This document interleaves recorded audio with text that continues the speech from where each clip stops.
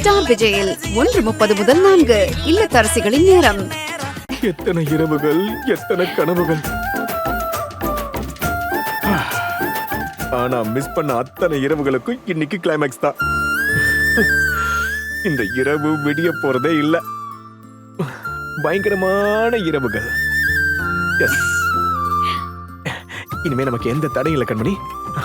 கண்மணி, அந்த ஆண்டவனை நினைச்சாலும் நம்மளோட முதல் இரவை இன்னைக்கு தடுக்கவே முடியாது.